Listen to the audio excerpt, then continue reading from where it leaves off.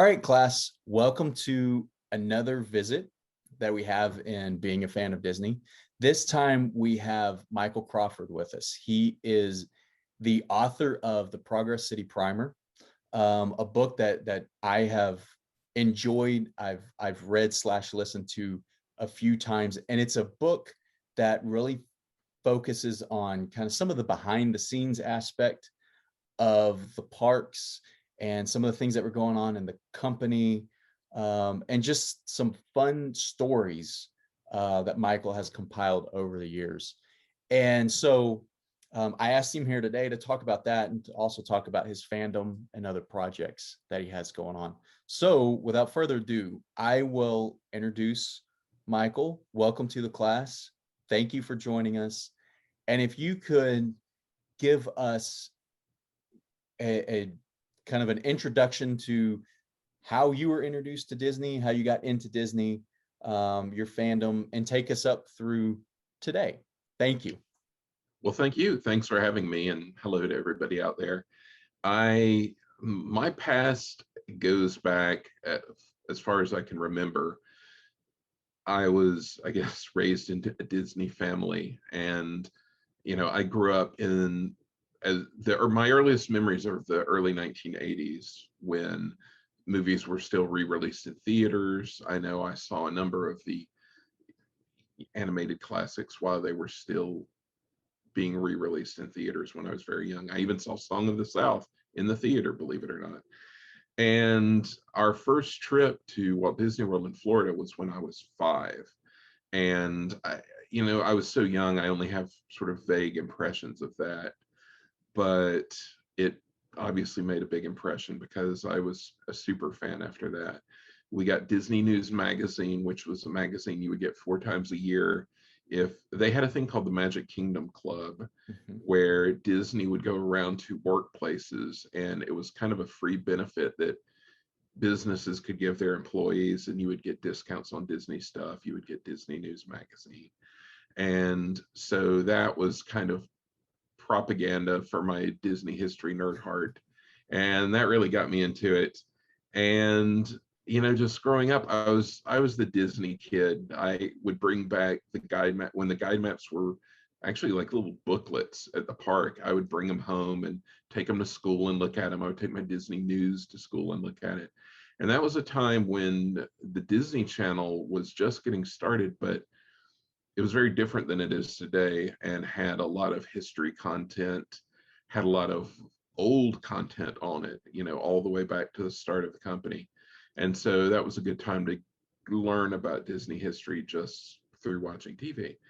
And that was just kind of the atmosphere I grew up in. Became a super fan. We went to Disney World usually once a year, and I would read anything I could find about the history of the company. And that is really what sucked me into it.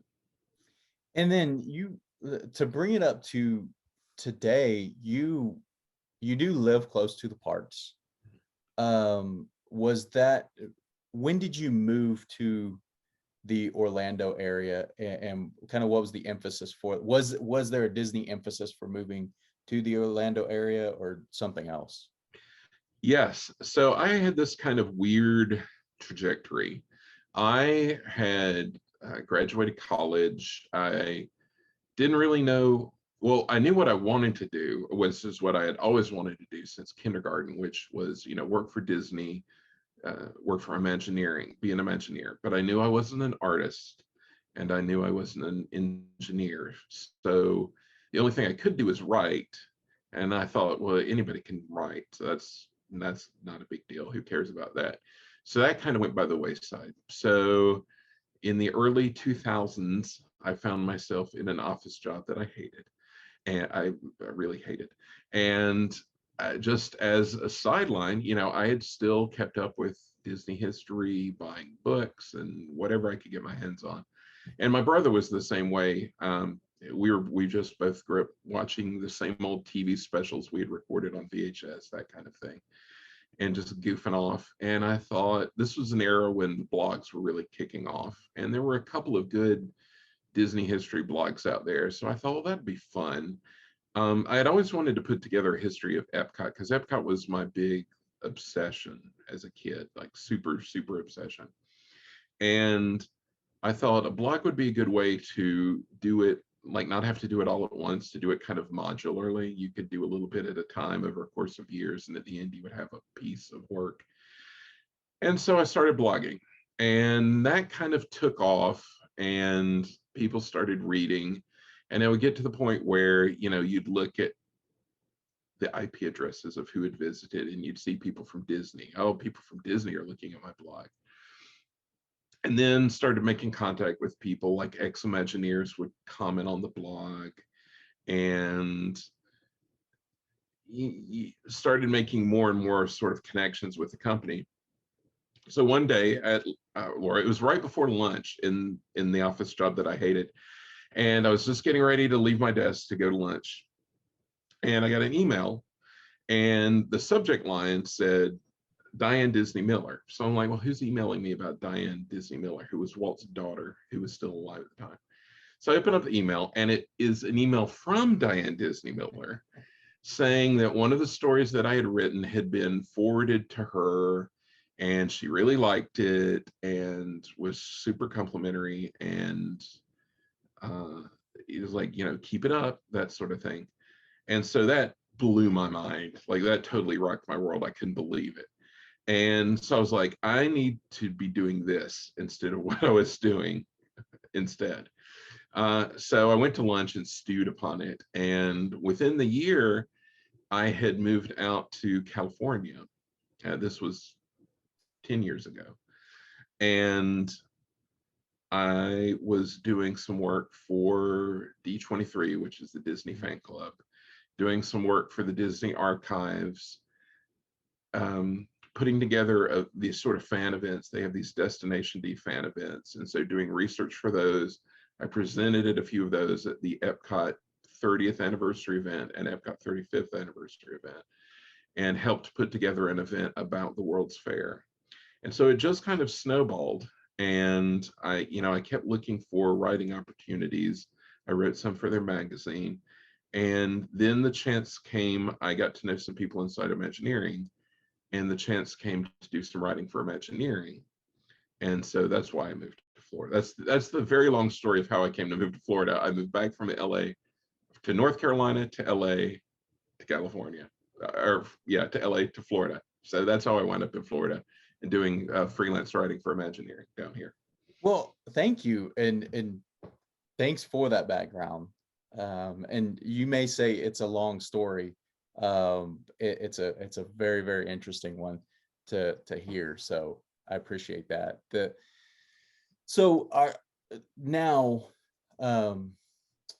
that when you got out there, and you talked about the blog, and you talked about wanting to write, kind of put together a book about the history of Disney.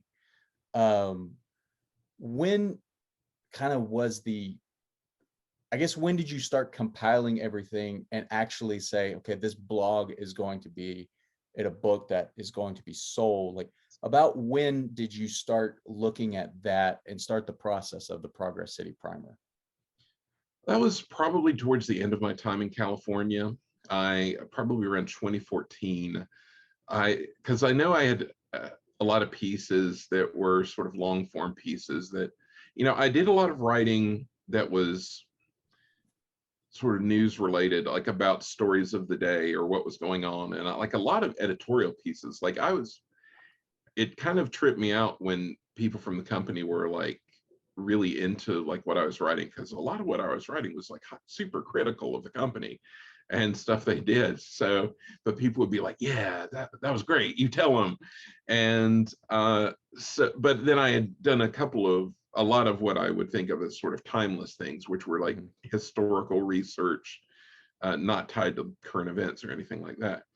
And so I thought, I don't really know how the idea came about, but I thought I could collect those, put them together, and add in some new content that I did just for the book, and publish it. I just thought it would be a fun little project.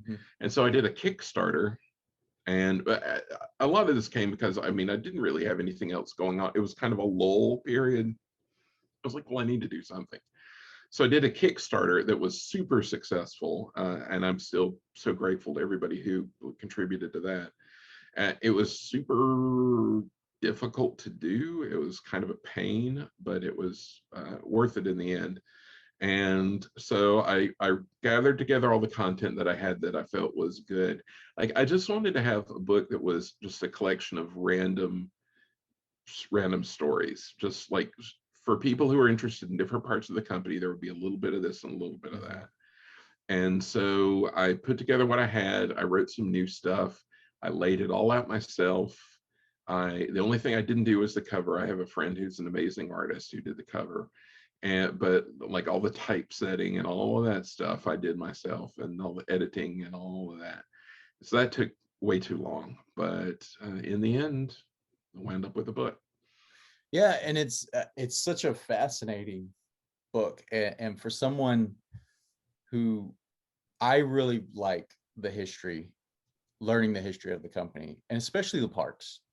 It's fascinating for someone like me. I think that for others that if they're interested like me, it's going to be a great read or listen. If they're not interested in those aspects, there still are things in there that I think are really, really fun kind of points that you could, make you sort of feel like you are maybe elevated in your fandom, or Yeah, kind of, yeah. you kind of have points here and there that maybe you can say, well, did you know this, did you know that?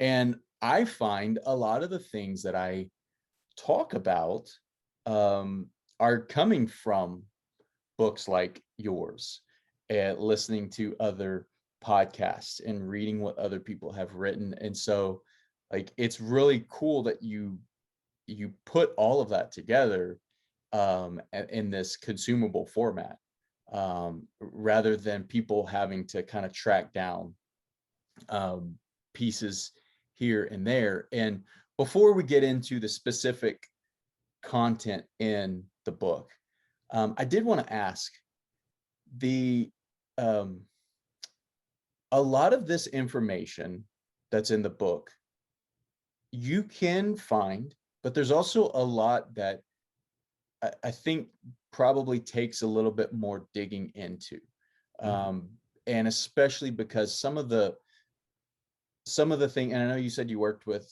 Disney Archives, but some of the things I don't think a lot of people have access to.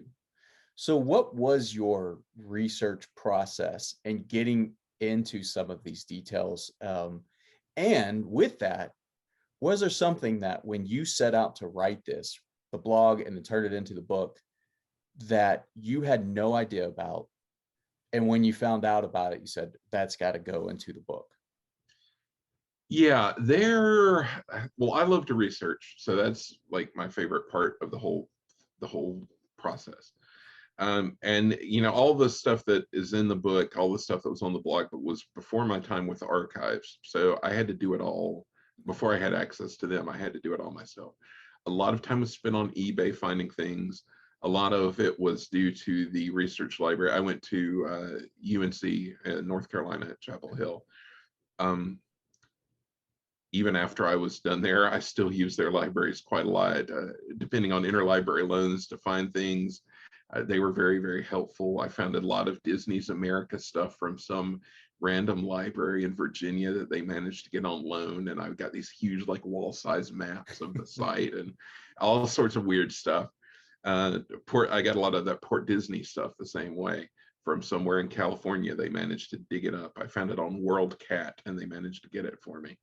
So a lot of my own archives I've got, I can't pen over, and it's too messy anyway for anybody to see, but tons of books and periodicals and internal stuff and just stuff I've collected, and then stuff you find online in journals and things. As far as finding things that had to go in, I mean, the best part is finding things, the serendipity of finding things you didn't know existed. And usually those are the really weird, like I like weird stories, and I sprinkle some of those. And when you were talking about things for different kinds of fans in the book, I think there are things that are so weird that they're amusing to people who aren't even like fans of whatever that is. It's just some bizarre little story. Um, Going through, Disney World for ever since the beginning has put out an internal company newsletter called The Eyes and Ears of Walt Disney World. And so I spent as much time as I could collecting as many of those early issues as I could from the 70s and 80s. And those are full of, I mean, it's just like a little company newsletter for employees only. And flipping through, you'll find the goofiest stuff, about some weird little club that is having some activity. And so it's just the little slice of life things that are really funny, Yeah. or about, entertainment in the parks that only were there for a short time, but had some kind of silly premise, or just odd little stories. And so you can't find those because you don't know you're looking for them. You just have to find them by just thumbing through things and just Yeah. happening upon them. And so I have several examples of things that I found really, really interesting in the book. But before we get into that, because you may mark off some of the ones that I have on my list, what are some examples of those kind of serendipitous findings, and the what you call those kind of little quirky little stories that like are just could be interesting to anybody regardless of their fandom? Well, I think the further you go back, you find things that are, I guess you could say, indicative of the era that were written, and so they're funny in that aspect. It's just kind of, especially when you look at the 70s, there was a lot of weird stuff that went on in the 70s. And I think of a story that I did about the orange bird, which was the Florida citrus producers mascot, who is also right back It's here. very, very popular now. They made a Yeah, and now resurgence. he's a big deal. But he was there during the 70s. And I think about this because we just, my brother and I do a podcast now of Disney history, the Progress City Radio Hour. And we did a little story about this, but I had also written for the blog. I think it's in the book. And just the length to which they called it citrusizing Walt Disney World, to put in citrus food into every corner of Disney World. And in looking through old newspaper articles, I came across a list of this food, and it's the most 70s. If you ever seen like the 70s dinner party on Twitter, or this like these gross thing like pate with grapefruit, and all these like insane gross 70s foods. And so that kind of stuff is funny to me. Or like entertainment, there's a story about these mimes that they had at Epcot, and this guy who would pretend to be a robot, or a woman. They would switch, and is called IB4E. And it's just stuff that's so corny, but it's really funny looking back. And they would come up with these elaborate backstories, and all full of terrible puns, and to explain the history of I before E. So silly stuff like that you didn't know until you come upon it. That's the fun stuff. Yeah. And before, since you mentioned it, before I get into kind of my list, can you tell us a little bit about the podcast and what what you focus on each episode? Yeah, so the podcast was something we started in 2010 while I was still blogging. We did 3 episodes. My brother's a music producer in North Carolina, so he has like a studio. And then it kind of tapered off for a couple of reasons. And then during pandemic last year, we were like, well, let's start doing that again, because that was fun. And we won't cover like current news like we were doing. We'll cover history only, specifically. And so we record it separately. He edits it all together. He does the music. He recorded the theme song and all this stuff. And we do typically 2 episodes a month, although it's getting a little more complicated than that now. We do 1 theme episode based on a certain theme, whether it's wilderness, or the 4th of July, or winter, or just some theme. And then we do an interview with somebody who's worked for Disney in the past, usually past Imagineer, or somebody from the business side of things. and we talk about their career, things that they've worked on, their thoughts about the industry. And so we usually do 2 episodes a month, but last month we did 4 as things get bigger. So yeah, this year we're doing a whole thing about Walt Disney World's 50th anniversary, doing a sort of land by land retrospective and talking to people who worked on the park. So it's been a lot of fun. Yeah, yeah, that's a lot of fun. And I think I just found another podcast that I'll need to check out and put in Yeah, my please, listening please do. rotation. Anybody who's interested, check it out. Progress City Radio Hour. It's out there. Um, so with the book, Progress City Primer, you start out with like it seems like it goes somewhat chronological. Yeah, When vaguely. and you start out with there's one discussion about kind of the inner workings and behind the scenes of Fantasia, which I think a lot of people now don't really know that Fantasia, when it was released, was not the moneymaker everyone probably thinks it was now.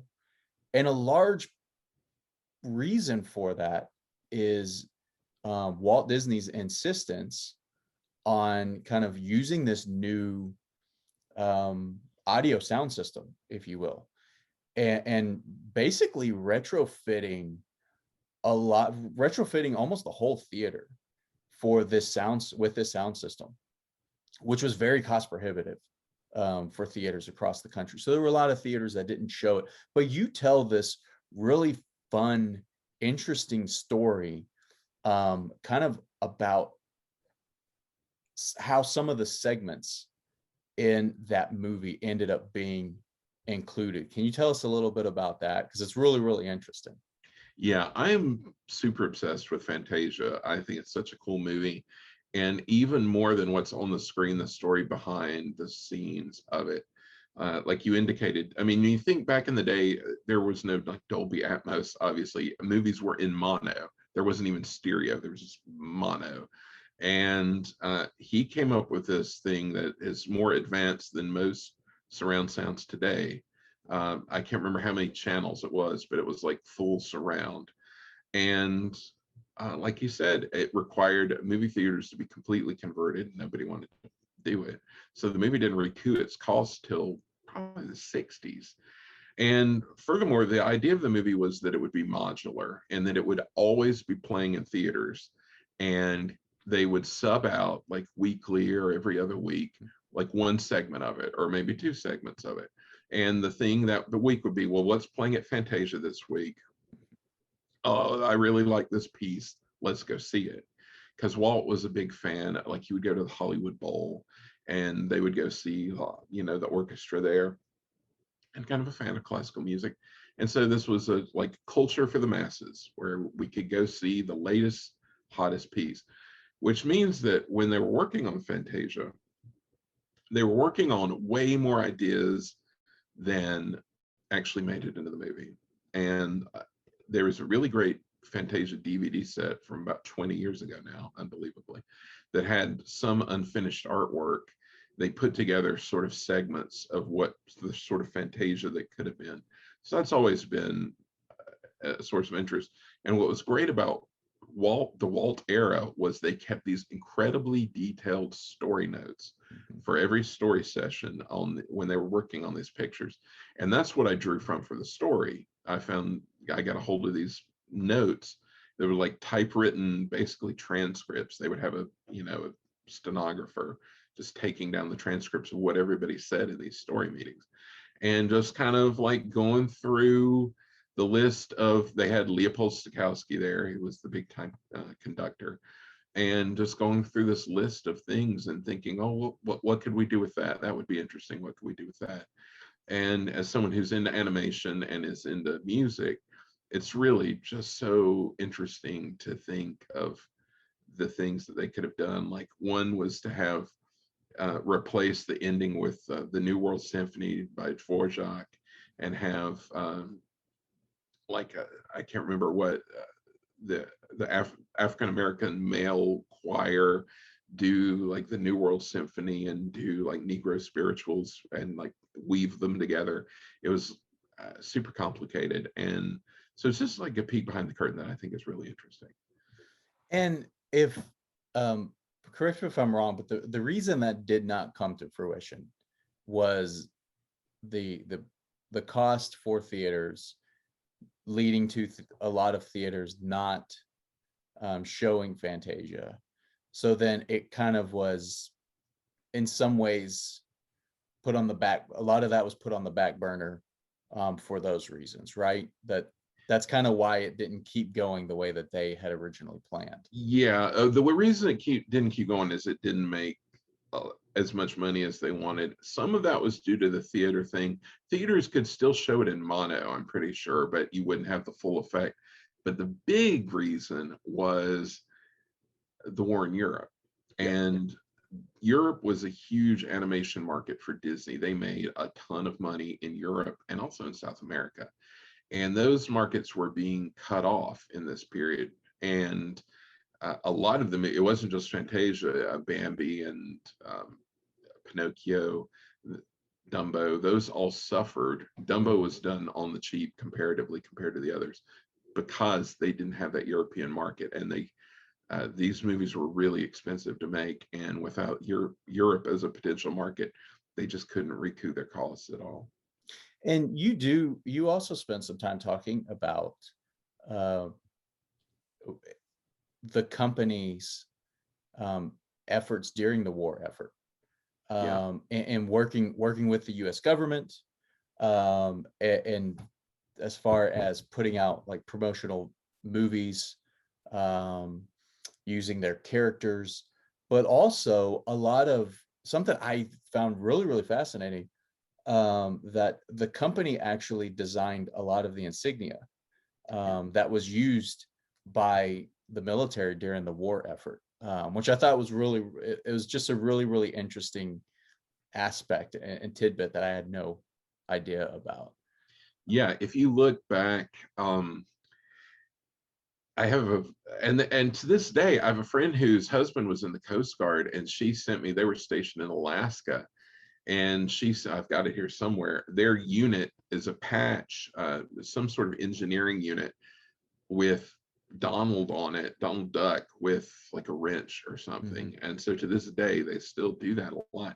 But when you look back at like bomber nose art from World War II, you get a lot of pinup girls, but you get a ton of Disney characters. Different characters like throwing bombs and things like that, stuff they would never allow today. Yeah. But back then they were full in, and CB battalions, and in Corps of Engineer, and the Waves and the Wax and everything. Uh, so many units had insignia with Disney characters on it. I've got a book. There was an exhibit oddly enough, in Japan several years ago now, of all the different art that Disney did for military units, and it is really extensive. It's something else. You tell another story, specifically about Walt Disney. There's two more that I want to touch on. One of them is, I believe the chapter is titled "On Location with Walt." Yeah. And just kind of some stories of what he did during while they were filming and planning for the Great Locomotive Race, I believe. Can you tell us a little bit about that? Yeah, so this was really interesting to me because I had written this story for the Disney Family Museum. I got to know somebody who worked there, and for a while I read a couple of stories for their blog about that. And he had sort of pitched, he's like, you could write about like these 4 things. What do you want to do? And it was coming up on the anniversary of the Great Locomotive Chase. And I said, well, I want to do that one because, I'm from North Carolina. My grandparents were up in the mountains of North Carolina. We still have their place up there. And right across the border in Georgia, there's a restaurant that we would go to, and on the wall there's a picture of Walt on location shooting this movie. And so I always thought that was a cool connection, that Walt was around this area, and what he was doing was filming the Great Locomotive Chase. which was a story about, it's a true story. It's the same story that the Buster Keaton movie, The General, is based on, the old silent movie, about Union spies who went behind enemy lines to steal this Confederate locomotive, and drama ensues. And it's a fun story, and Walt, of course, loved trains, and they had a narrow gauge railroad that ran down sort of through the mountains of Georgia into North Carolina, that was originally there for local use. It was not a big passenger line, although it did carry passenger traffic. My great uncle actually worked on that railroad as an engineer, which I thought was neat. And so they used this. The railroad's not there anymore, but they used it as a sort of substitute for the story that's in the movie, and filmed it on location there. And Walt, loving trains so much, just kind of basically took time off from the studio and went and just hung out on set. And like during breaks, he would take the railroad from down in Georgia up to near Franklin, North Carolina, was where the northern end of it was. And he would just kind of take the train for a spin. Yeah, and it in the book you talk about how it impacted that local area and that kind of the surrounding areas where the filming took place and everything as well. I think there's another one another one I found funny is Walt versus the air pirates. Yeah. I wanted to make sure I got that one right. And kind of dealing with sort of the logistics of planning in Florida and what was going on in California. So can you tell us a little bit about that one? Yeah, this was a crazy story and it just shows, I don't know, how things change over time. Things that we think of as easy things were not easy back in the day. I had interviewed a guy named Frank Stanek, who was a longtime Disney executive, and he had been I had interviewed him on background for this thing I was working on that I still haven't finished, but 10 years later. But for those who are interested, we did a 2-part interview of him for the podcast. He's a super interesting guy and has amazing stories. But he was on the ground at the New York World's Fair in 1964, and he was just sort of Disney's local representative for It's a Small World. He was there kind of running, cashier operations. I apologize if you hear thunder. We're having a Florida storm outside. No, so that's okay. So, they would take the money that the cashiers got for tickets and for drinks and for snacks and, take it to the bank, and then, just like running any sort of, cash business. And so at the time, there was a problem. There was a nickel shortage in parts of the United States. They needed nickels in California. They had lots of nickels in New York, but they didn't have nickels in California. And so they needed nickels. And so as Frank's job, he had made friends with the head of, I guess it was probably Bank of America up in New York, because Disney was dumping so much money there from the fair that Bank of America really liked them. And so they would get, I can't remember, like $50,000 in nickels or something ridiculous, maybe $5,000 in nickels, I don't know, and would take them. And Disney had its own private jet that they would fly executives from California to the fair, maybe like once a week. And it's just so strange to think they weren't putting people on airliners. Disney had its own jet that would fly the Disney memos back and forth and fly the Disney executives back and forth. And anyway, so what they did was Frank had to put these nickels on the plane, and they would have to, it was like smuggling. You would have to distribute it throughout the plane, so the weight would be even, and it would be like the weight of 2 people. So 2 chairs would be empty, but there would be nickels everywhere. And so he was responsible for those nickels. So he goes to the airport to make sure they get loaded onto the plane. And he had never met Walt. He had met Walt in passing, just he'd seen him. But he's there watching the guys load the nickels, and it's really early in the morning. And Walt's there because Walt was apparently a morning person. Walt was going to be going on the plane with the nickels. And, Walt's like, Walt doesn't know him. So Walt's like, so what? He starts asking him questions about airplanes. And he's like, I don't know, Walt, I don't know. And he's like, is that Frank Sinatra's plane? And Frank's like, I don't know. And he's like, Walt is just going to think I'm an idiot. So he's like, I don't work for the airport, Walt. I work for you. And he's like, oh, what do you do? And so he tells him the story about the nickels. And so then Walt is like, that's really interesting. And so when Walt's wife shows up, Walt's like, oh man, you are not going to believe this. This is Frank. And he's put like $200,000 worth of nickels on the airplane. And when we're flying like over Las Vegas, all these air pirates are going to come and like raid us and steal all the nickels. And so he like makes up this crazy story. And Lily's like, yeah, that's great. That's great. That's great. But he's like, that just shows how he was always thinking. It was like 8 a.m. or something. And he comes up with this crazy story about air pirates robbing them of their nickels over the United States. So he's like, that just shows how he was always thinking, Yeah. Yeah. And I mean, it's one of those that when I've listened to it, it just stands out because it's just, it is so out there as far as, and you wouldn't know that. That's not, that's not out there. That's not common knowledge that, No. just kind of great story coming from, former executives and everybody. And thank you for the correction on the New York World's Fair. And actually from the New York World's Fair, there was, I mean, you look at the things that came out of the New York World's Fair that influenced Disneyland, Walt Disney World, literally someone taken from the New York World's Fair, helping plan for the New York World's Fair and implement that, and then being taken to starting to plan for the Florida project, as they called it.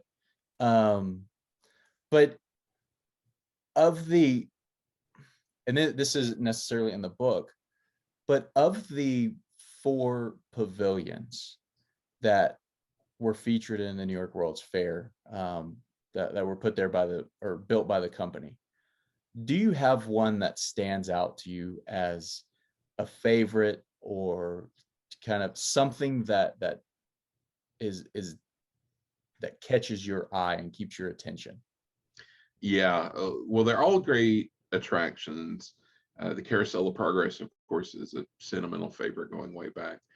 I think the one that really captures my imagination, though, because it's the one that was never copied in full anywhere else, and so it has that sort of forbidden fruit factor of mystery, and that is the Ford Magic Skyway, which was a dark ride that you would take, sort of the history of, well, I was going to say the history of the wheel, but it kind of starts with dinosaurs. It's kind of just like a trip through time in a Ford Mustang, because the Mustang was the new car. And so you see, it's like usually when you go to a theme park, you get in a little car, a little vehicle or something.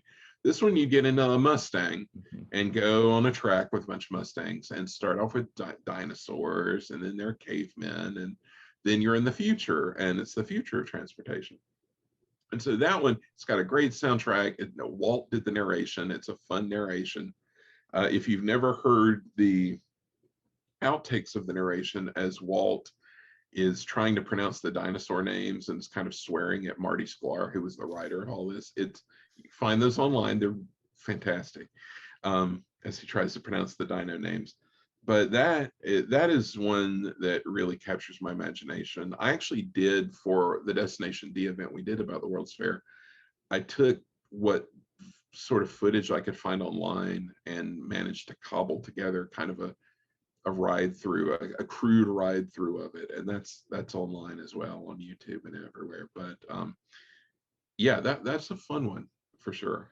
I'll have to get the link, find the link, or get it from you for that. Yeah, I'll send it to you. Cobbled ride through. One, so I can watch it, and 2, so we can share it out.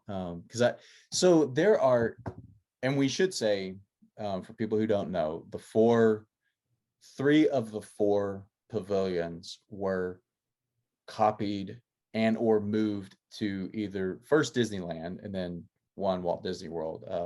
Great Moments with Mr. Lincoln was there as part of the state of Illinois pavilion.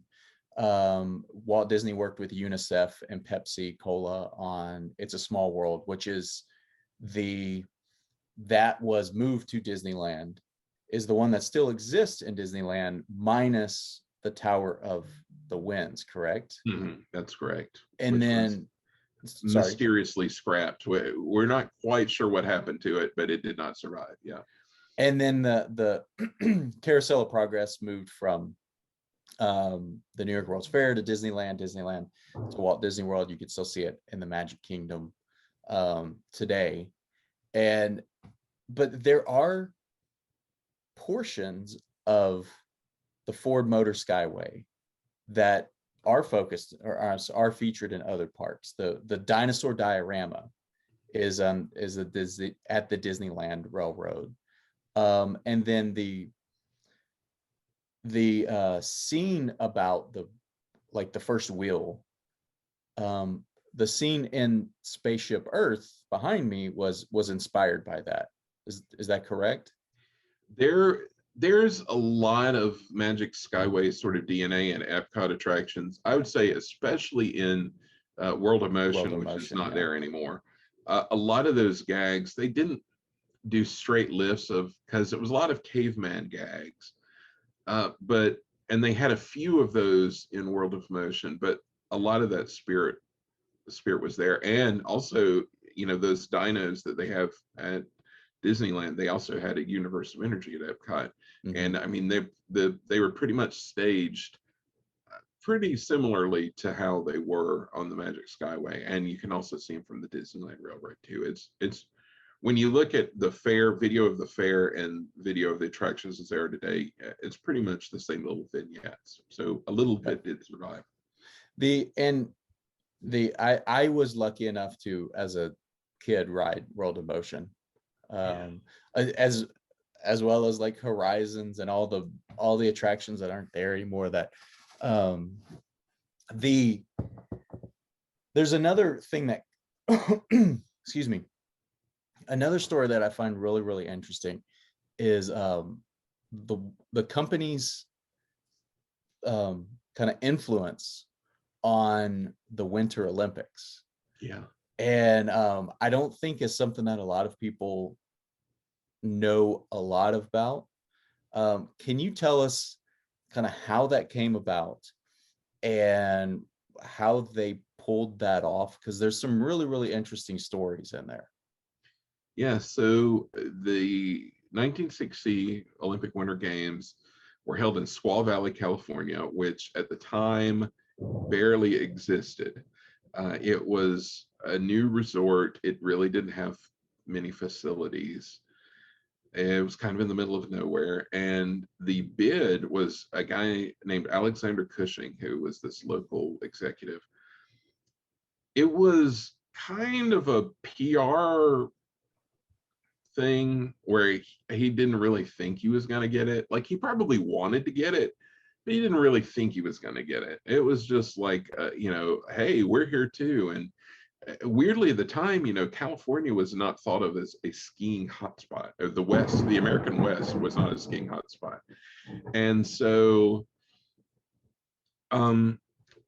it was just kind of a PR thing, but they got the bid. Amazingly, they got the Olympic bid, beat out Switzerland, beat out all these other places. So then they were like, well, what are we going to do? So they wound up approaching Walt to be the director of pageantry, which meant opening and closing ceremonies, all the medal ceremonies, and a lot of the stuff around like the decoration of the place. But then it wound up being more than that because they needed operational expertise. So Walt, of course, ran Disneyland. So he sent up a bunch of people from his organization to do ticketing and parking and security and all sorts of just like logistical stuff. And, his designers, his Imagineers wound up designing all these big statues for the games. John Hinch redesigned the torch and like all the torches ever since kind of have the same profile as the John Hench torch. And they brought in the guy who invented fireworks for Disneyland, Tommy Walker, and they did all the fireworks and the dove release for the games. Although they didn't release doves, they released because they were afraid the doves would not know where to go and would stay in the valley and freeze to death. So they got every racing carrier pigeon in the California area, and so they were racing pigeons, homing pigeons, and as parading as doves. So yeah, every time somebody had a medal ceremony or anything, that was all Disney put together. Yeah, and they, I mean, they influenced not only the torch, but they also influenced opening and closing ceremonies moving forward and kind of making them more of the show, especially that we see today when we watch an opening or closing ceremony. But they also had entertainment there. They had athlete entertainment. And so there's a fun story about sending up the entertainment from the Golden Horseshoe up to the Olympic Games, if you could share. Yeah, so this Olympics was really different in that it, as you said, a lot of stuff we think about as just being standard Olympic stuff didn't exist before this. There had never been an Olympic village where all the athletes stayed, because they would have Olympics in like cities in Europe. Different teams would stay in different old hotels, and it was a lot more like that.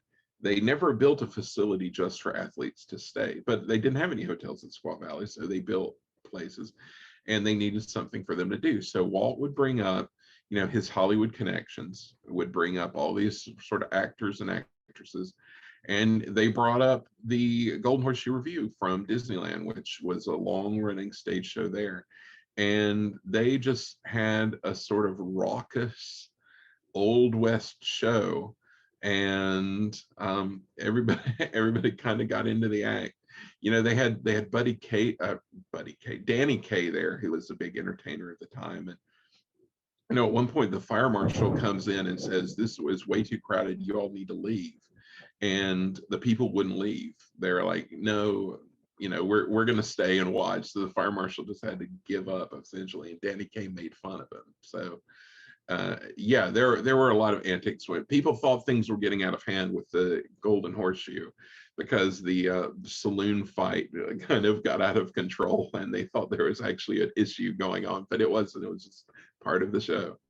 And there is, you can find online, you can find on YouTube, there is an old Disneyland episode where they feature was it the 500, the 500th performance of the Golden Horseshoe Revue? I can't remember. It was one of those. I can't remember whether it was the 1,000th or, I mean, it ran until the 80s, so it ran a long time. But that's a fun special. That's a good one. Yeah. Yeah. It was a landmark performance of it. Whatever it was. The company was also using that Winter Olympics as sort of, as they did many times when they were planning for the 1964 World's Fair. Obviously, that's where we got audio animatronics like President Lincoln, and then the Hall of Presidents of the Magic Kingdom. But that's also where they started developing the first audio animatronics for things like the Tiki Room and Pirates of the Caribbean, and some of the things that you might see in Haunted Mansion and some of those older or classic attractions. So they always had a reason to, or kind of, I guess, a method behind the madness of what they were trying to do to further develop things. But specific with the Squaw Valley Olympics, they were also using that to sort of test out whether they could run a ski village themselves, right? Which was a project that was abandoned after Walt's passing, I know. But can you talk a little bit about that? Yeah, I think you're right. He was always looking for a way to maximize opportunity and how to use things to his advantage to gain more experience. And the World's Fair is a great example. He used other companies' money to do the R&D that later Disney attractions would be based on, and everybody kind of came out happy because they got what they wanted. In the early 60s, he was looking to gain more operational expertise outside of Disneyland, and the Squaw Valley was a big part of that. He was looking into outdoor recreation. He was already thinking, even in 1960, about an East Coast Disneyland of some sort of Eastern attraction. And he really wanted to do outdoor recreation somewhere in the mountains, somewhere in the Sierras. And that wound up being Mineral King, which was a project they developed in the later years of his life. And I think it would have happened if he had lived, and sadly he died, and he was the motivating force behind that. After that, it was never quite the same, and there was a lot of opposition to it for different reasons because of other resorts which had been less than adequate stewardship of the environment. I guess people thought that Disney was going to be bad too, so they wanted to stop it. So it never quite panned out. But yeah, that is another fascinating. That's something I've really been wanting to write about because it's a really fascinating project, and it was going to be a really futuristic kind of resort, while also being a ski resort. Well, and it's also where if you've been to the Magic Kingdom, it is where the Country Bear Jamboree comes from, or that idea comes from. That was going to be like the feature show at Mineral King, wasn't it? Yeah, that's allegedly what it was first developed for. And it's funny you mentioned that because me and some other people have been trying to figure out, how it was supposed to play into that. Because when you look at the Mineral King promo stuff, it never mentions it. But at the end, well, I went back to Frank Stanek, who I mentioned before, and asked him, and he said, one of the first things he saw when he started at Disney around that time was Mark Davis doing sketches of the Bears for Mineral King. So it was supposed to factor in somehow. We think maybe it might have been for like a dinner show, something like that, maybe. But yeah, that's where it came from. Yeah, I mean, it's just, again, like your book is just filled with these fascinating little tidbits and behind the scenes look at what the company was trying to do. And you mentioned it, so we'll kind of segue to he was already thinking, and the company was already starting to develop ideas for what eventually became the Florida Project and eventually became Walt Disney World. But there were a lot of other ideas out there as well, including one in New York State that they determined wouldn't be profitable because it would have to close down 4 or 5 months out of the year. There were also projects in his I guess adopted home state of Missouri.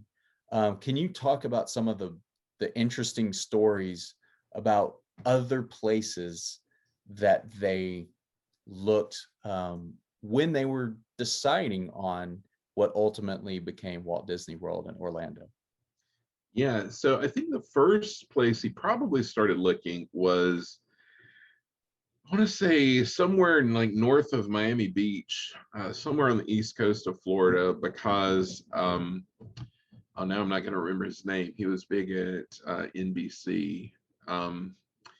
Anyway, a big executive there, and these executives he knew had lots of land there, and they wanted to get rid of it. And Disney was looking at that for acreage for something, some sort of theme park / city of the future. And James MacArthur from the MacArthur Foundation, which you often see cited, was one of those guys.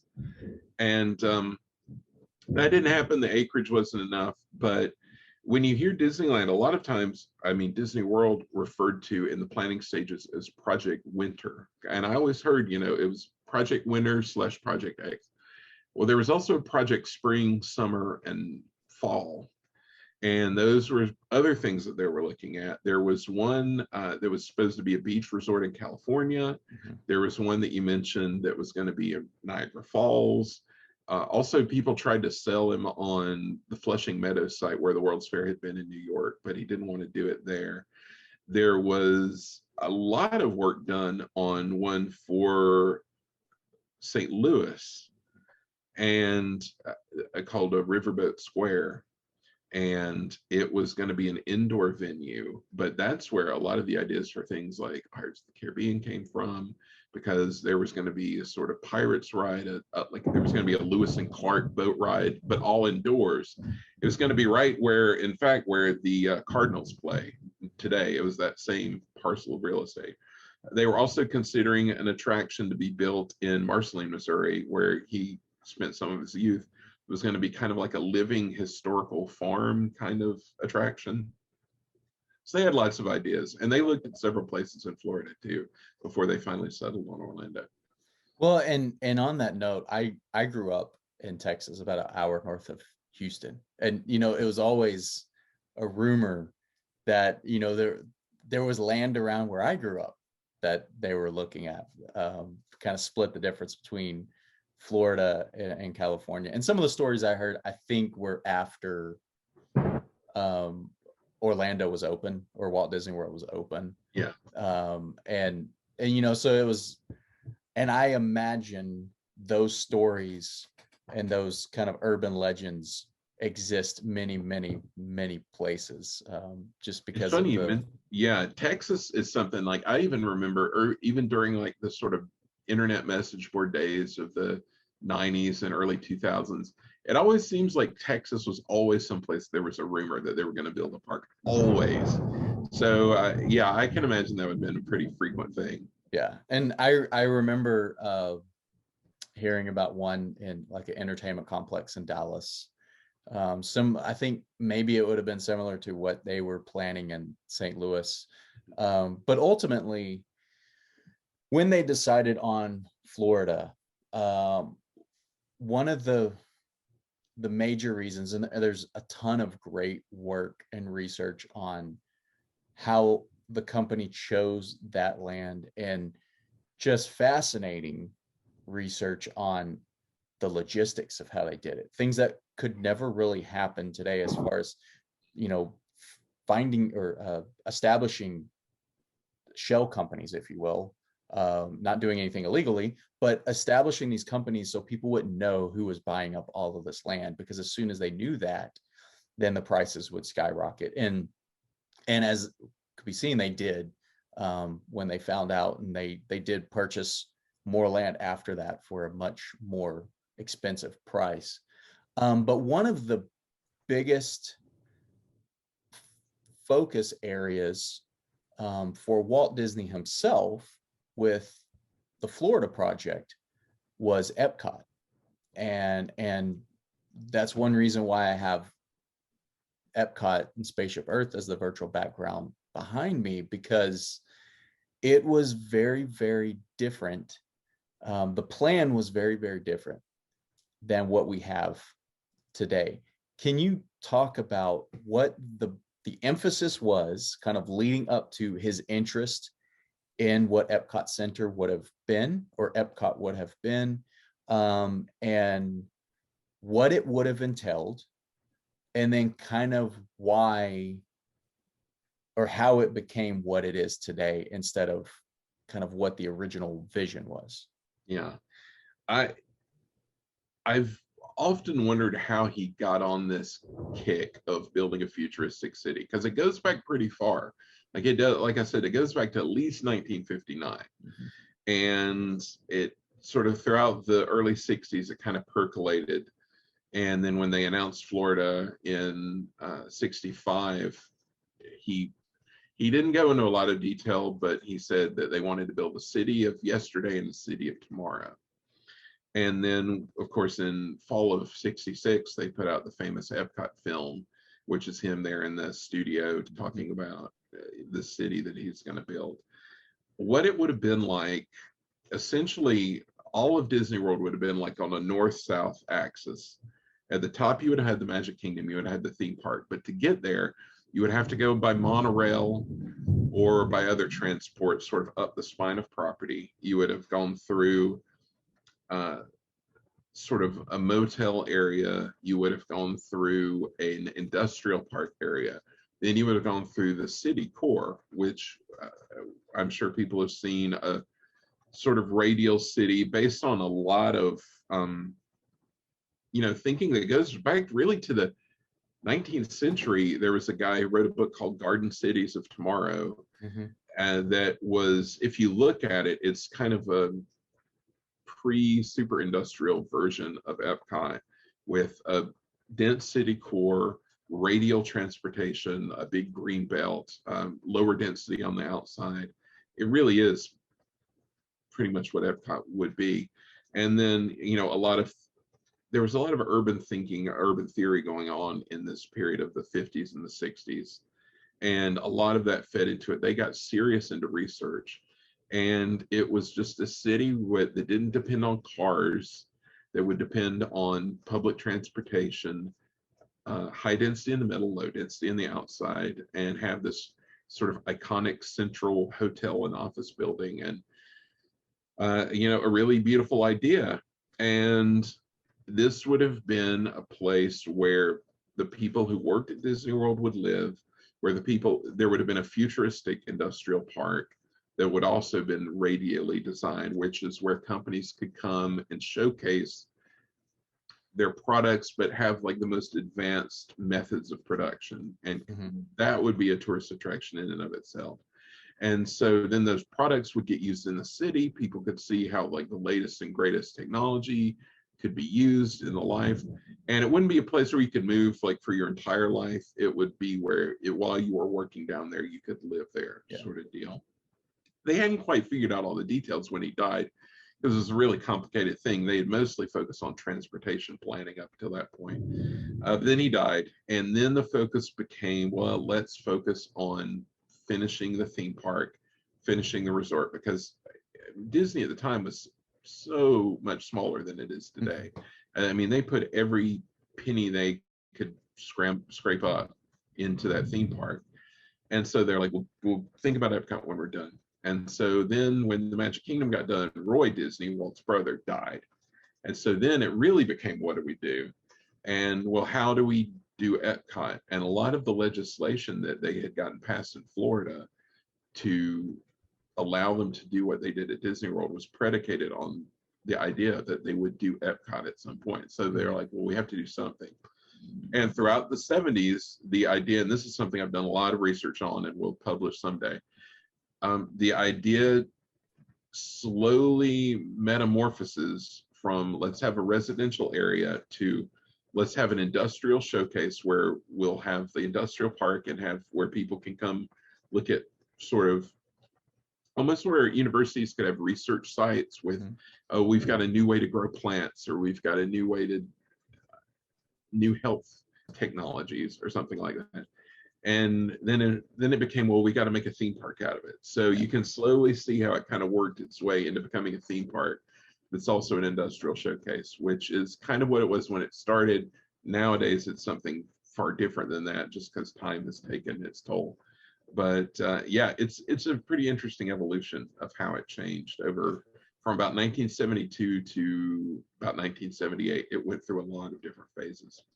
Well, and you mentioned universities being able to do research and companies being able to do research. When Epcot first opened, they termed it Epcot Center, right? And they also had, I can't remember exactly what they were called, but they had these research centers or research agreements that kind of existed, not necessarily physical areas, but they had these research agreements that did exist with companies and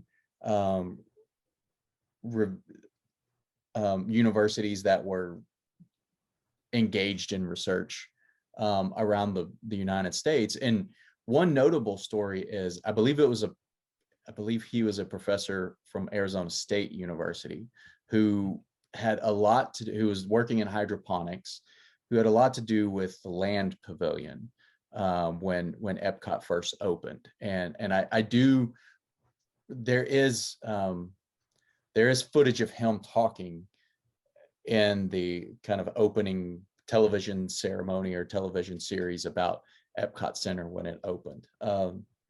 And so it's really, really fascinating.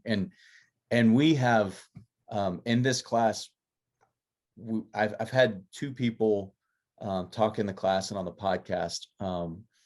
One person who kind of has taken the story of Epcot and built a radio drama in a podcast form around it, called Prototype World of Tomorrow, which is really, really interesting. I'll have to share that with you. Yeah. His name is Brian Lancaster. And then another a person who, I don't know if you saw a video of someone who built a, a roller coaster themed after the Matterhorn on their property during the pandemic.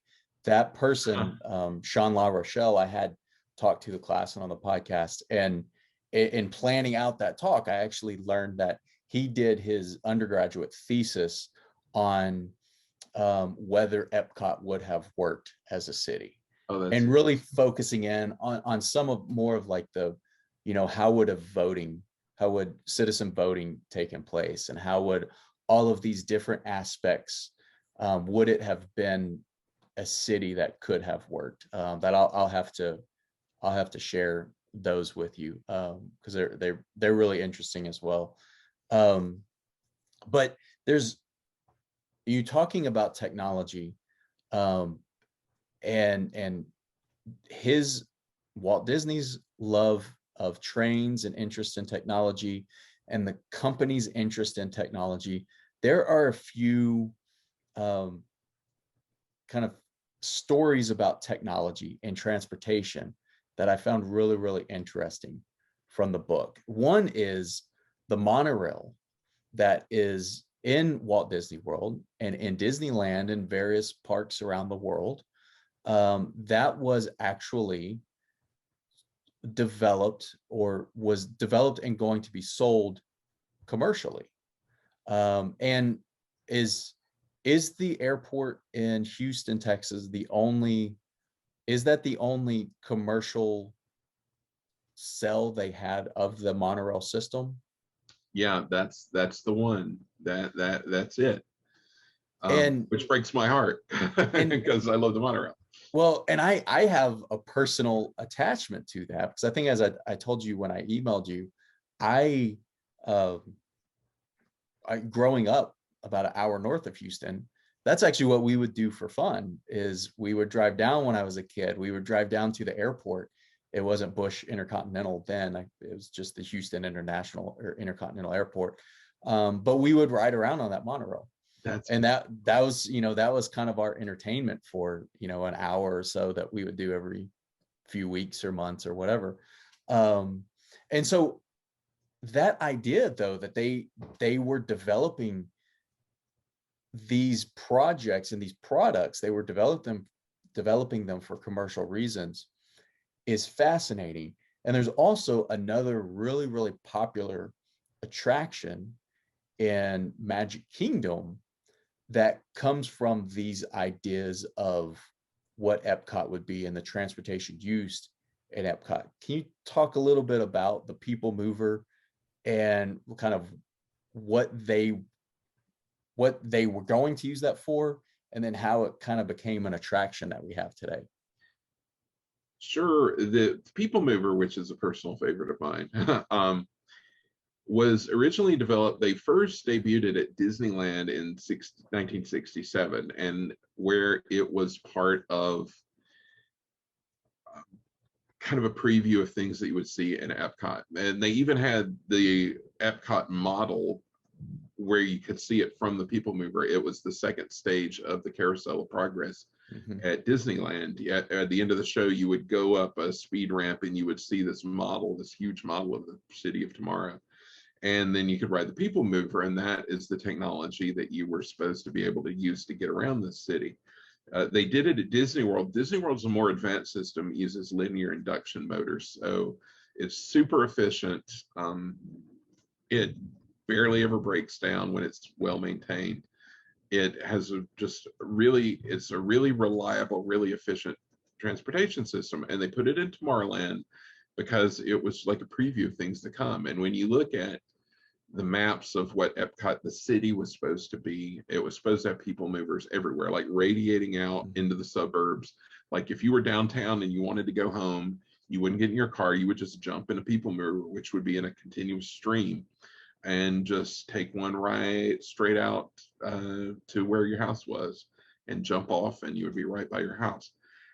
And so, this is a system they developed, and they got involved in a number of, I have a few like government studies, because the transportation department was interested in, is this a worthy technology? And they looked into it and found out that, yeah, it's really efficient, really reliable. And so Disney formed in the 70s, formed this company called Community Transportation Services that was meant to sell monorails and people movers to cities that were interested. And I've got like the brochures for, it was like a brochure you would get for a car that's like, here's a cutaway of the car, here's how reliable it is, here's how it works. And they have like a brochure you could get for your people mover, and to see like, here are the options. You can have ones that are this size, this size, this size. There's some big, some small, and here's what it can do for you. And buy yourself a Mark IV monorail today. And sadly, like you said, the only one that made it into the wild, the Houston airport bought a people mover, and those are the only ones. Now Las Vegas does have 2 old Disney monorails, but those weren't sold as new monorails. They were old stock Mark IV monorails that Disney World was just getting rid of, and Las Vegas wound up buying them. I think they're still operating out there. But yeah, this kind of folded when there was a management change, and the new management wasn't really interested in being in the transportation company business, and so they kind of got out of it. But for a while there was they really believed that this was something, and this was the motivating force behind a lot of Epcot Center was the idea that we'll demonstrate this here, then people will get excited about it and take it home, and then in their home communities they'll want to have this technology there. And so it would just kind of seed this sort of stuff out into the public. And is the transit system in Seattle, Washington, was there any influence of the Disney technology on that you know of? That is an Alweg monorail, which it was a German company that actually built the first Disneyland monorails. Disneyland got their first monorail in 1959, and it was an Alweg monorail. This company, they're no longer in business, but they made that, and those are still the same. I guess it was 61 maybe, the Seattle Fair, and those are still the same trains that are running today. So there's definitely a Disney connection there, for sure. And another thing before we get to change in management, because there's some other things that I want to talk about with the changes that the management made. But 2 more things on the transportation side. There was actually an airport on Walt Disney World property that, if you look at Google Maps now, you can see where like the old landing strip was, the Stall Airport, which you did a lot of great research and fascinating stories about that as well. Yeah, this was something I had always heard about but never really knew too much about. So I went and found a bunch of old newspaper coverage, because it only lasted a very short time, like 1971, 72, and then it was gone. It was long gone by the time I first started going. But the landing strip is still there mostly. They've got they used it to store buses for a long time. They've got Imagineering trailers on it now. But there was kind of a fad in the 70s that short takeoff and landing, which were small planes that could take off from short runways. So you didn't need like a full airport. And this was going to be the solution to intercity transportation. You wouldn't have to get stuck on the interstate. You could just go from like Orlando to Tampa, or from Orlando to Miami, just take these short hops on these planes that didn't require a lot of infrastructure. You just had to have gas, and you didn't need a huge runway. And so there were a couple of airlines in Florida and on the East Coast that did these stall networks. One of them was called Shawnee, and it was based in Florida. And Disney World, when they opened, had this short landing strip. They had plans to build, a terminal and all these facilities, but what happened was, and it worked for a while. You could get, pay $60 or whatever and fly from Tampa and land at Disney World, and they would pick you up there and then drive you to your hotel. And I mean, you could land right there, but then the gas crisis hit, and it suddenly became way more expensive. Aviation fuel became way more expensive than just to drive. And so that kind of killed the stall industry, and it never reached critical enough mass to be like a thing. So it kind of faded away, and then the thing just sort of sat there for a long time. And now it's just sort of used for back of house stuff. Yeah. But yeah, for a short time, it was a thing that you could do. And there also were plans for a rail line that was, I can't remember the name of it specifically, but where you could, along the East Coast, you could actually drive your car onto the rail line, or I'm sorry, onto a rail car, and that would be able to take you down the East Coast to Walt Disney World. What was Yeah, that that called? that is still a thing. The auto Yeah. train. It only runs one route. It runs from, I think it's DeLand, which is north of Orlando. I Okay. think that's where the southern terminal is. The northern terminal is near Washington, D.C. So it basically runs along 95 down from DC to Orlando. And yeah, you drive your car up in there, get off, and take the train. And then you have your car when you get down to Orlando and can go do whatever. And so that's something that started in the 70s. And it was a sort of independent thing. Then it became part of Amtrak when Amtrak was organized. And it still runs today. It's a pretty cool thing. Um, how far is DeLand from Orlando? Oh, well, it's on the north side of town, so you have to go through town and then go down to Disney. So Okay. it's probably, I don't know, maybe half an hour away, I would guess. So it's something that viable that people still use today to get to Disneyland if you're on Walt Disney World if you're on the East Coast. Oh yeah, absolutely. Like if you're in the Northeast corridor and just drive down to DC, and you can take the train the rest of the way. Okay. And then with the change of, you mentioned the change of management, and that brings around some kind of newer concepts. But I guess before we say that, could you touch on some of the World Showcase and the stories about some of the attractions that were meant for World Showcase, some of the countries that were meant for World Showcase, before we move on to the new management questions? Yeah, there are a ton of them. Some actually got pretty far along into development. Some were just like, well, we'd love to have the Philippines, or we'd love to have Australia, or whatever. And it never really got anywhere. I mean, they would put together maybe one piece of promotional art and that would be it. But at the start, they thought there was going to be a huge demand for countries, and that countries themselves would pay to get in. It became apparent, and all this was going on in the 70s when everybody was having a recession. There were gas crises, there were political crises overseas, everywhere, and they just had a hard problem selling these things to countries. So then it became, all right, well, which countries can we find that have businesses that will pay for these things? And so, of course, then you get the bias towards sort of Western industrial powers.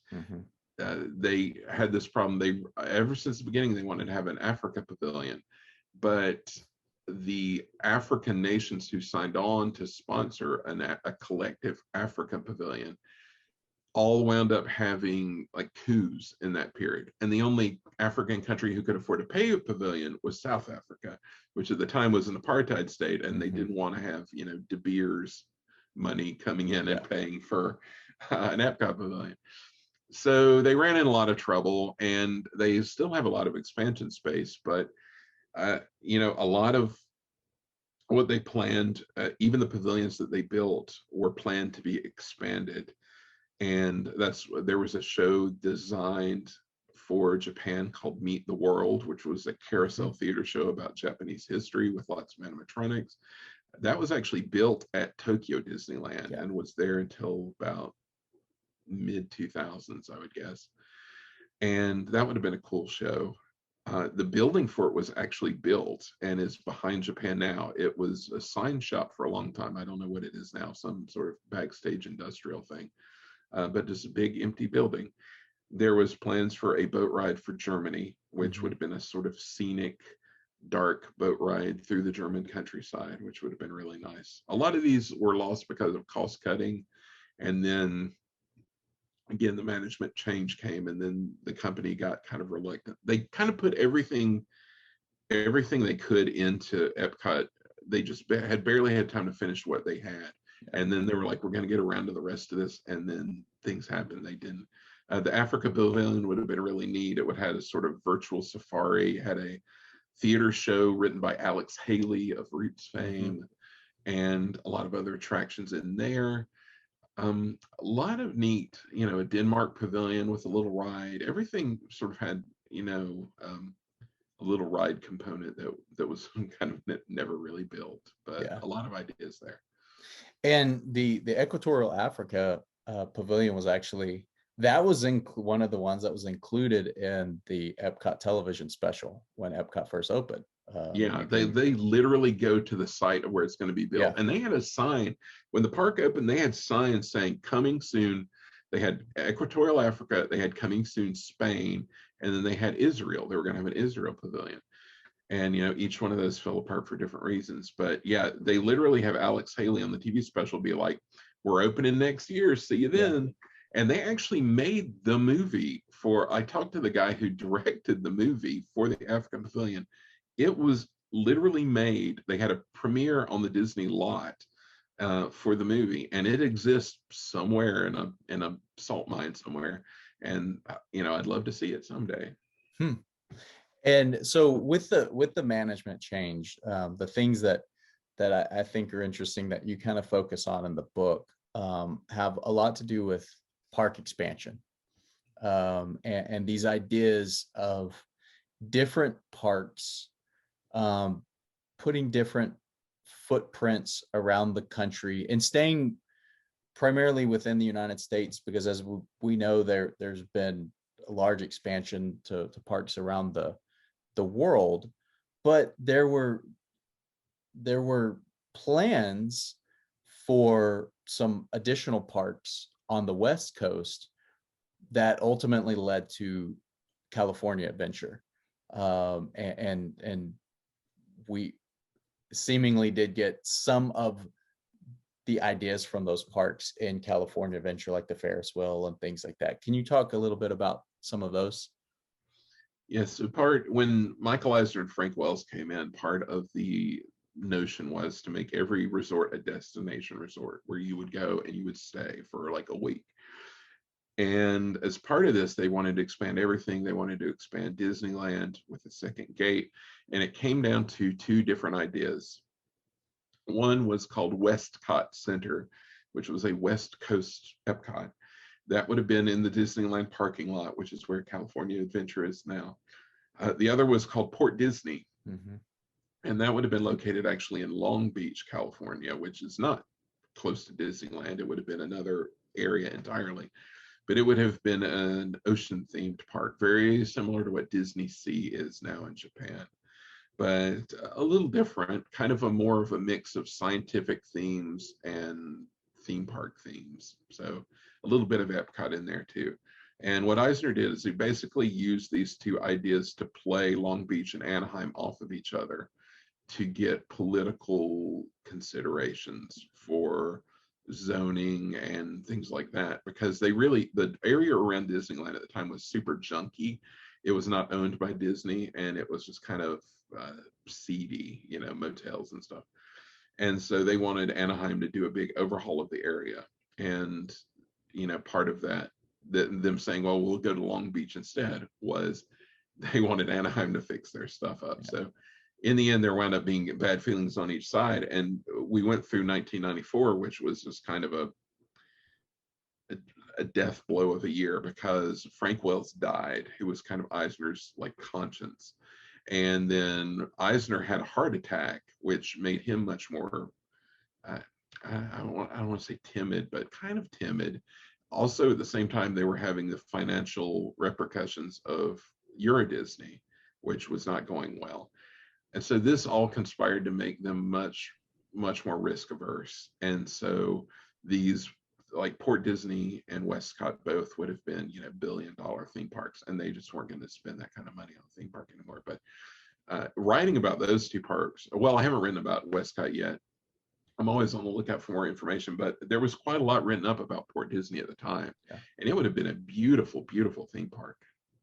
And there was another park that was being planned during that time, and I think um, even was talked about by Michael Eisner as if Frank Wells would have been alive and Eisner would have been in better health, they potentially could have built it. Disney's America, Yeah. which was met with a lot of um, controversy. Some people like the idea. Some people really, really dislike the idea. Can you talk a little bit about Disney's America? Because it's a fascinating idea, and it's even more fascinating story as to why it did not happen, I think. Yeah. I'd agree. This one I was really excited about at the time because I lived in North Carolina, and this would have been a Disney park just, over the border in Virginia. Yeah. So that would have been exciting. This would have been a history-based theme park in Haymarket, Virginia, outside of DC, and would have focused on different eras of American history, starting with the colonial age, then Civil War, World War II, Native American history. It would have different lands based on different themes. As someone who is like really into American history, I think this would have been such a cool theme park. There would have been problems in approaching a lot of the material because they were intent on approaching, controversial material, the darker side of American history. And, a lot of people objected to, well, how can you talk about these things in a theme park setting? And, who knows how they would have managed to pull it off, but they wanted to do something really serious. This was another thing that fell apart in 1994. Like you said, and Eisner said, if he had been up to the fight, it probably would have happened. But there was this blowback from basically wealthy people in the area did not want a theme park there. And that's essentially what it comes down to. Yeah. And they got some historians to say, well, this is going to ruin a Civil War battleground. And the area was not a Civil War battleground. They actually Disney paid for a big archaeological survey of the area. There was nothing significant had happened there. It wasn't really near a battlefield, but they got a lot of people, the big money people in the area. There were a lot of people raising horses and things, and they didn't want their area despoiled by theme park goers. And so it was a big sort of influence campaign, a lot of money spent to get the Washington media, the Beltway media, to sort of turn against it. In the end, I think Disney would have won. I think the people of the area were behind it mostly. I think Disney probably would have won if Eisner just hadn't sort of walked away. But, the end result is they didn't want theme parks. They didn't want, all this squalor of theme park. But when you look at the area that was going to be the park now, it's a housing development and a Walmart. Yeah, so it's like, you didn't get your theme park, but you got a Walmart. So, what was the real motivation here? Well, and I remember in you writing about, and other people writing and talking about kind of the ideas. You mentioned how would they have addressed some of the stories, and people at least in public took umbrage with the way that they would have represented some of the more controversial stories like Native American history and Civil War and um, things that were happening throughout our history. There was also, I thought it was really interesting, and this kind of harkens to what people were talking about with Euro Disney and cultural appropriation, where in Euro Disney, people, were upset that essentially they said Disney just took a Western theme park and put it in outside of Paris, and that's not going to work here. And you can't kind of they can't push their ideals and vision on that area. And it was something similar with even the name Disney's America. I Yeah. remember you writing about and other people talking about, people took objection to that. Like, are you taking ownership over the story of American history? And that's not appropriate to take ownership over that story. So there were a lot of just really interesting aspects and details that I learned from you and others about Disney's America. And as I said, even more fascinating as to why it never came to fruition. Yeah. And I think you're so right. And I think Disney was a little, I guess you say, over earnest in the way they presented it. And it's the same thing as in Paris. The cultural commentators, the people who are never going to go to the theme park, are the ones leading the charge against the theme park. The actual people, Disneyland Paris, it only lost money because it overbuilt hotels. It had unused hotel capacity. The park itself was the number one attraction in Europe then and every year since. Mm-hmm. Like, the people actually love the theme park. And the same with Disney's America. Disney got really earnest and would say things like, we really want to convey to people the horrors of slavery. And, that's going to set people off. Like, how dare you talk about slavery in a theme park setting? And, you can't really say how bad it was, things like that. So a lot of people weren't willing to give him a chance and hear him out. And, I don't know if they would have gotten it right or not, but they were aiming high. Let's just say that. Since you mentioned the overspending in Euro Disney, one of my favorite stories about Euro Disney is the castle, and people, their insistence on, you can't build a castle like you can in Disneyland and Walt Disney World and even some other global parks. You can't do that in this portion of the world because people who would attend this regularly are used to seeing real castles. So Yeah. they spent a lot of money on the castle in Paris, which I thought always kind of helped down that path of overspending, and it was something they didn't really anticipate when they went into it. There's one more area that I want to touch on briefly before we get to kind of our rapid questions. In the parks, at various times, Disneyland and Walt Disney World would do like around political elections.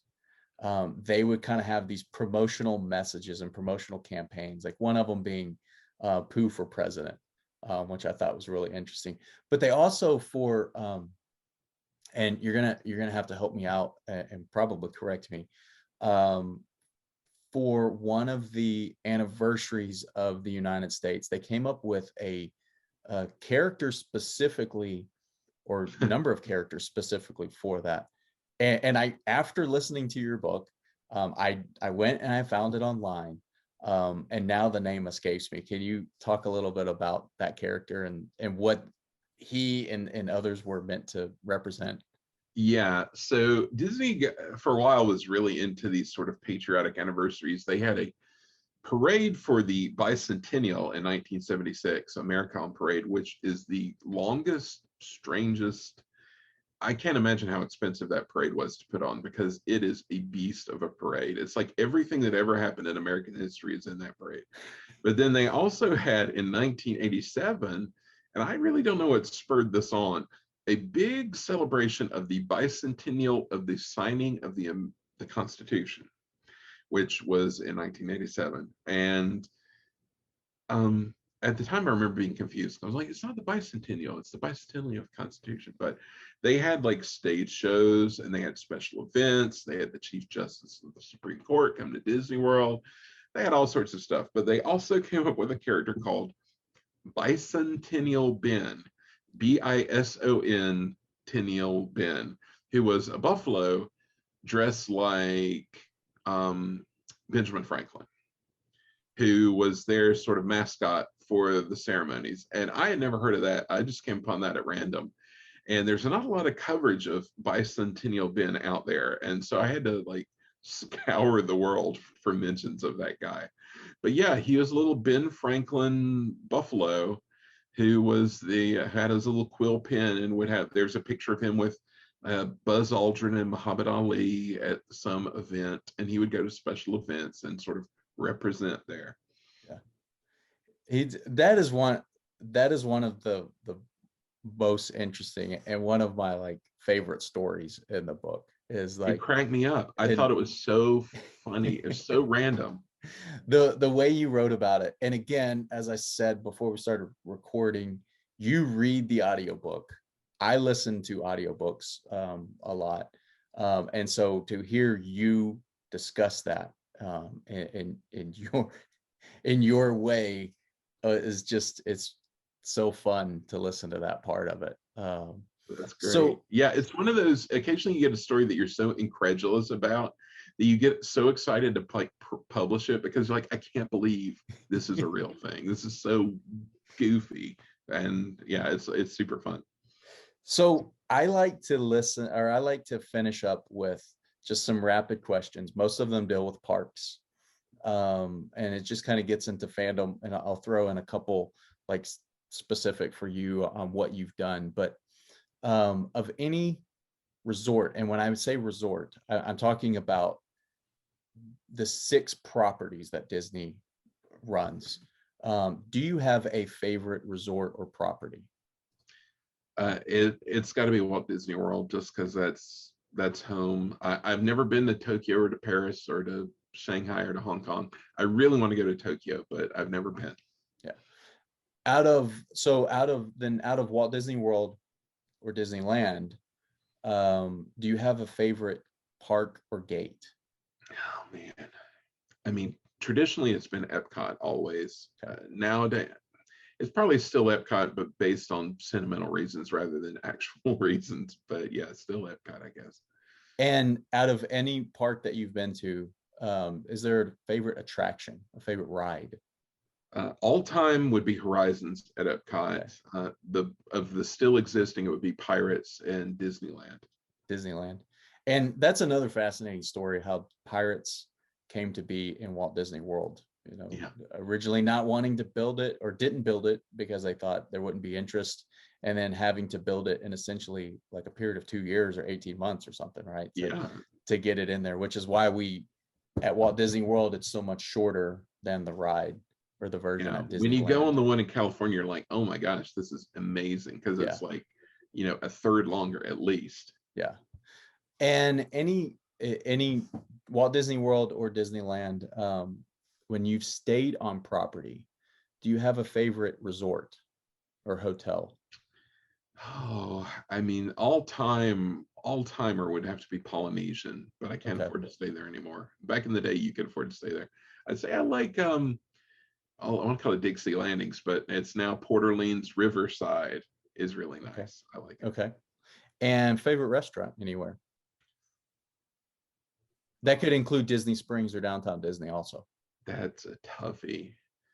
I mean, I have a lot of pleasant memories associated with Ohana at the Okay. Polynesian, so I'll say Okay. that.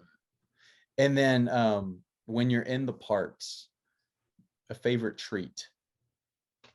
Citrus Swirl in Adventureland. Okay. This last trip we made in September 2019 was actually the first time I had the Dole Whip. Oh yeah. And so I had 4 or 5 before I left that day to make up for it. But so you have written all of these just fun, cool stories about, and there, I know there are tons more that you don't have in the book, or that you haven't written about or talked about yet on your podcast, can you give us two or three of maybe your favorite stories, or ones you just found most interesting in any of the research that you've done? I'd say we've talked about probably two of my favorites are the big pieces on one on Disney's America and one on Port Disney, because I like the long, those are two of the longer pieces that I've ever written. And I love doing the deep dive. I love uncovering things that no one else has put like out on the internet before. So those were two cool ones where I had material that I had never ever seen before anywhere, and was able to like put that online and show that off. And that was a lot of fun to me, and really get into the real details of it. And then with Epcot, we talked about World Showcase. Is there a pavilion that you know was in any form of planning, whether it was far enough along that they were drawing up plans for it, or it was just initially discussed? Is there a pavilion that you would most like seeing added to World Showcase? This is, man, there's so many. One would be a Russia pavilion that they actually announced in about 1990. They said we are going to build a Russia pavilion and a Switzerland pavilion. On our podcast, on one episode we do a real deep dive into the Switzerland pavilion, what it would have been like. But the Russia pavilion would have had a show, it would have had a ride, maybe had a couple of rides. It would have been really, really spectacular. I think Russia and Brazil would be two that I would like to see done first. Okay. And actually with I listened to a podcast this week, WDW radio. Yeah. This week they were talking about kind of lost attractions or attractions never built. And this week they talked about the Russia and Switzerland pavilion, and kind of some of the details of that. So thank you so much for joining us and for doing this. As I said, I've read / listened to your book multiple times. Every time I listen, I find something new that I think is so interesting. And in addition to Bicentennial Ben, will always just be something that I latch onto, because as you said, it's just it's so out there that it's so fun to think about. But is there anything, kind of any concluding remarks you think are interesting or want to share with students or any listeners? I would just say, speaking to the youths, I would say, just, if you're into something, just really go for it. And I mean, I know that sounds so corny, but like I talked about, like, my story of my Disney nerditude or whatever.